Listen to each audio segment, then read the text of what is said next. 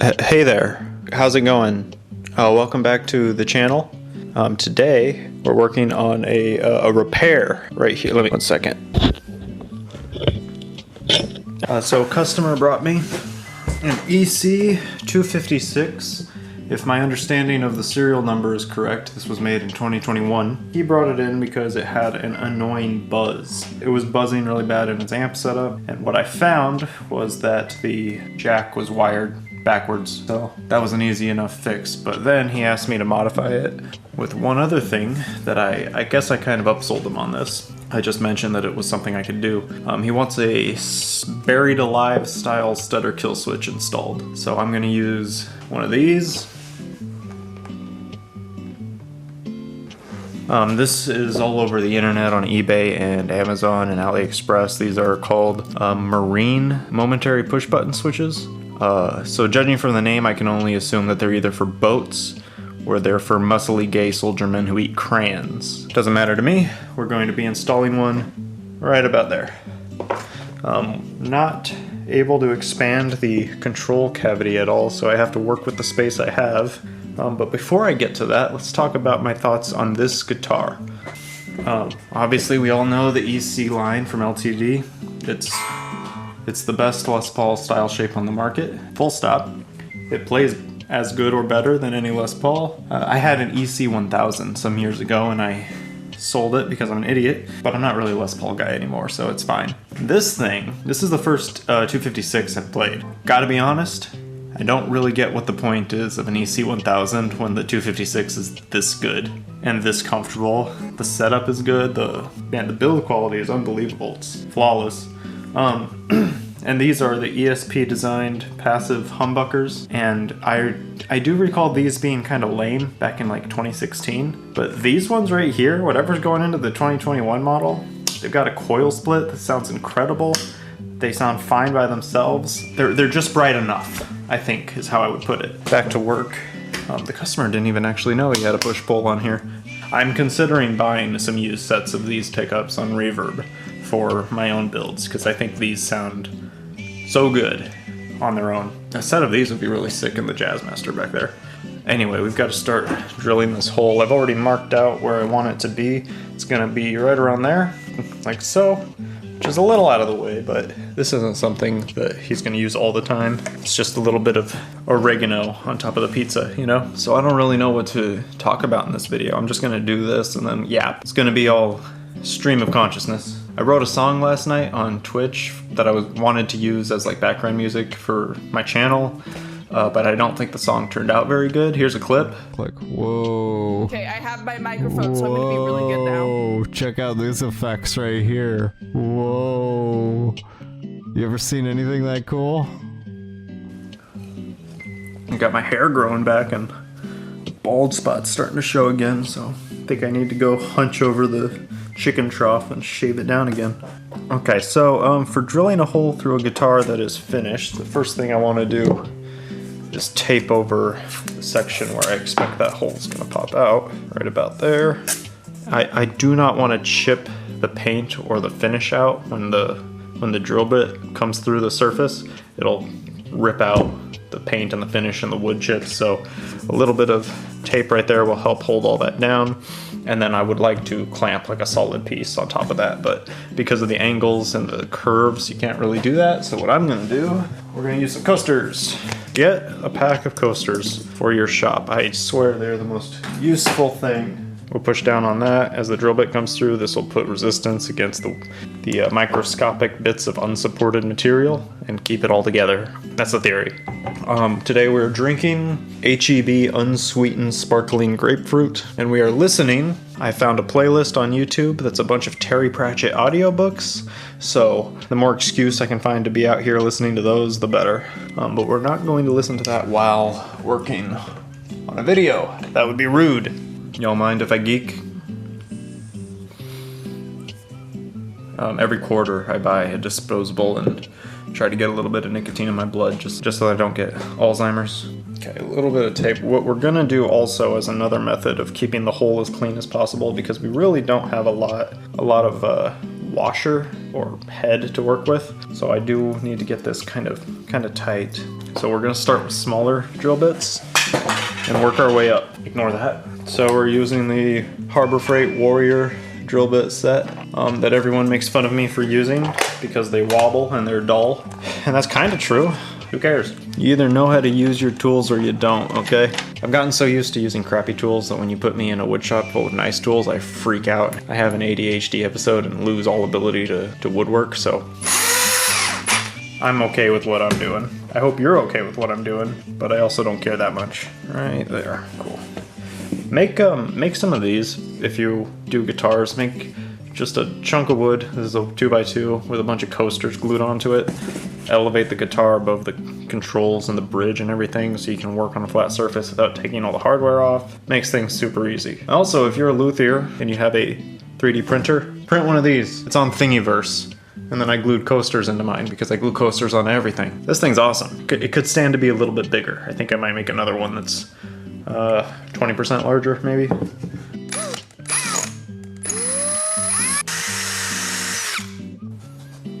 How's it look?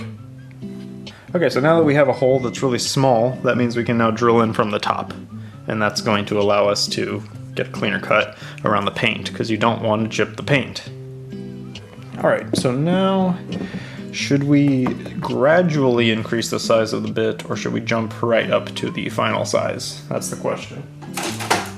Looks like we're gonna need a drill bit that's at least, what is that, like 12 millimeters? Which is, I don't know what that is in or imperial, but that's what the calipers are for.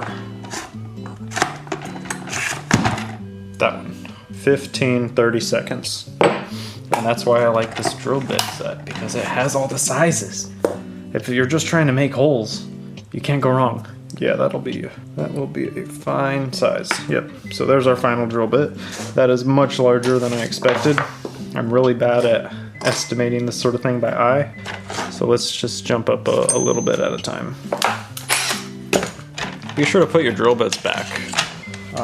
That's the actual hardest thing for me to do in this workshop is put my drill bits back where they go instead of putting them in the drill bit box. But the number of hours I've lost on my life digging through the drill bit box and the socket box is, that's time I can't get back. Imagine where I would be in my career if I didn't do all that. Okay, we're gonna start by running the drill bit backwards.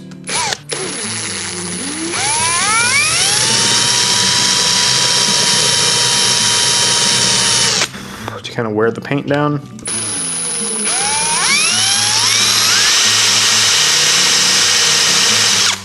Okay, now we've got like a conical hole kind of bored in, and now we're gonna run the drill bit forward.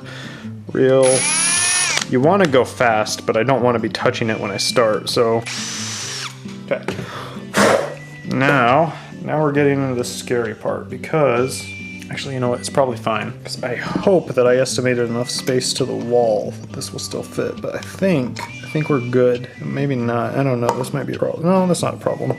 Wow, this is, there is a lot of meat on the top of this guitar. That is probably like, how deep is the top of where the control cavity is? Probably almost 8 or 9 millimeters thick on top. That's pretty crazy. Usually I get down to like 3 when I'm hollowing out my control cavity, but Les Paul top carves. I don't know if I mentioned this, but the EC line of guitars is the reason I don't really offer a Les Paul in my lineup. I have one. I do have a Les Paul Jr.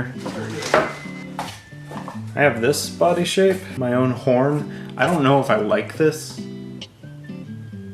I don't know. I like the Les Paul Jr. I like that it's flat top. LTD put out those Les Paul Jr.'s like last year that I thought were awesome. I don't remember what they're called. I'll put a picture of one here. And that was my inspiration, but I just don't know if this is cool enough that I want to make a bunch of these and put my name on them. But if someone wants them out there, I'll do it. Like, I'll make what you want. I don't think I would make it for me. This is a cooler Les Paul than anything I could make. That's not true. There's one other Les Paul on the market that I think is even cooler than this, and that's the Bolligauer Astra. I think the Bolligauer Astra is a very cool shape. So this is going to be at a slight angle when it's installed because of the curved top of the guitar, but I think that's fine. I don't want to countersink it at all. That would be horrible. I think maybe that would work. I don't know. Okay, so how much meat is there really? We should probably get one more size just to be safe.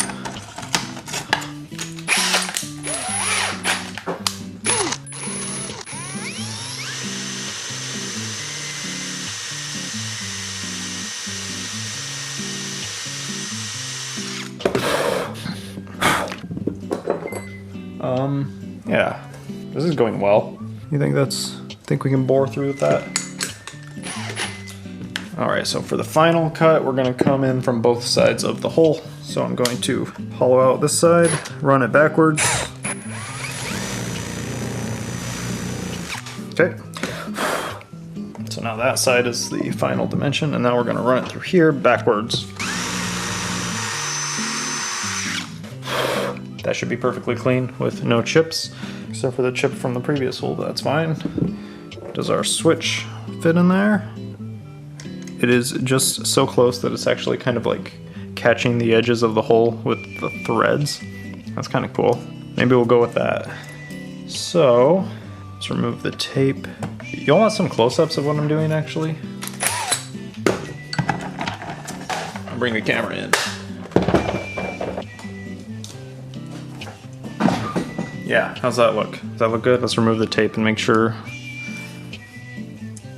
Oh, look at that. Perfect. Wonderful. Fit in there. Yep, lovely.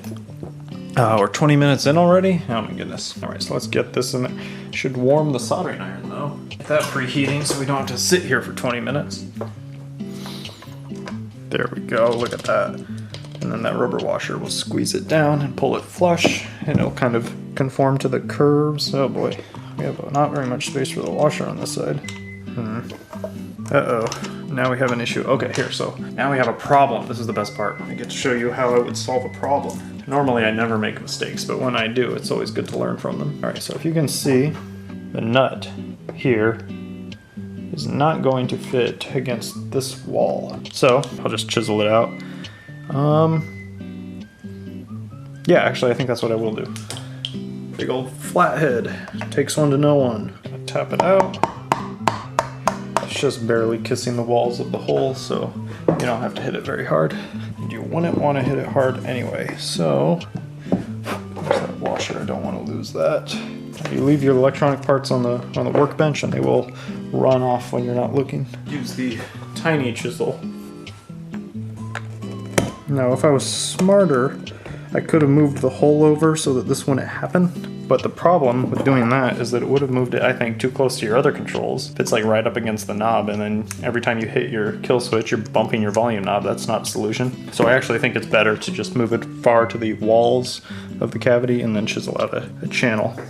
This is annoying and could have been avoided, but I also think it's the best outcome. So funny how that works out. This is a mahogany guitar, so it's not that hard to chisel. Okay. Close your eyes when you do that so it doesn't backdraft into your face. Anyway, is that enough? Is that enough space?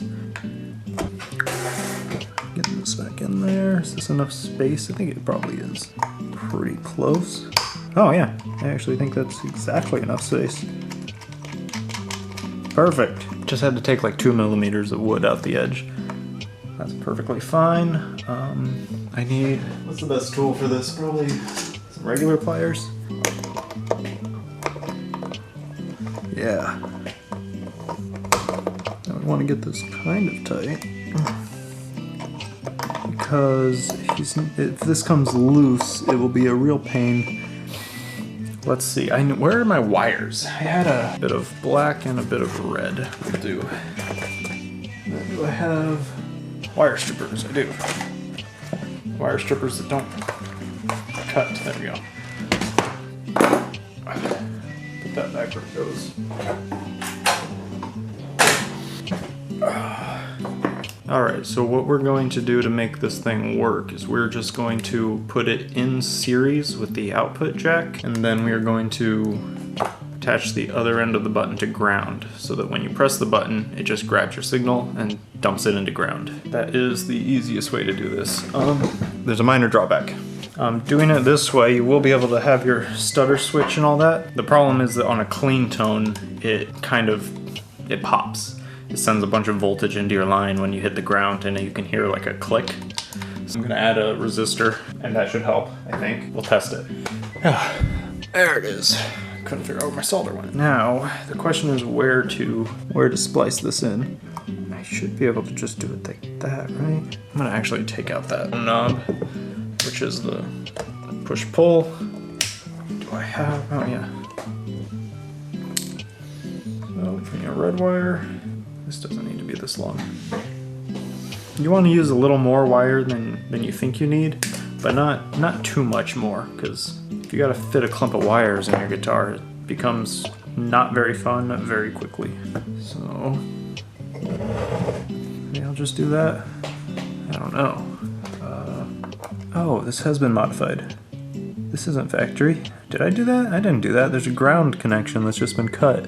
I wonder if this the coil split was added to the guitar at some point. Like they had coil split on these pickups, but they just didn't wire them from the factory. That suggests to me that this has been modified by a previous owner of the guitar. Let's see. There we go. That's very delicate work to get this to mesh with the old solder. Okay, there we go. There we go. Now we're, oh shoot, I've disconnected one of the wires for the actual signal. Let's get some pliers and make that not wrong. There we go. Okay, we are in, cool. So now that we have that, we'll leave that a little extra long.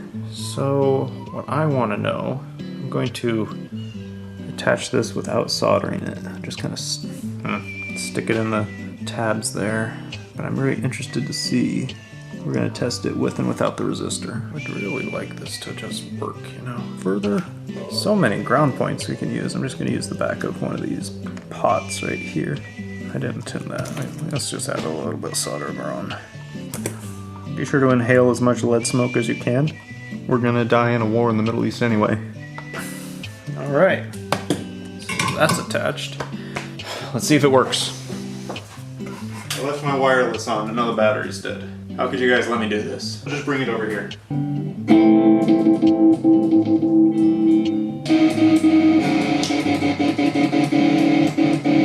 It works. Cool. I was gonna put a resistor across those pins, but I don't think we need to. I think it sounds fine. Let's just stick one in there and see how it feels. Just to be safe, just to see if we even need it. Usually use a 1 mega ohm. I have a 2 mega ohm.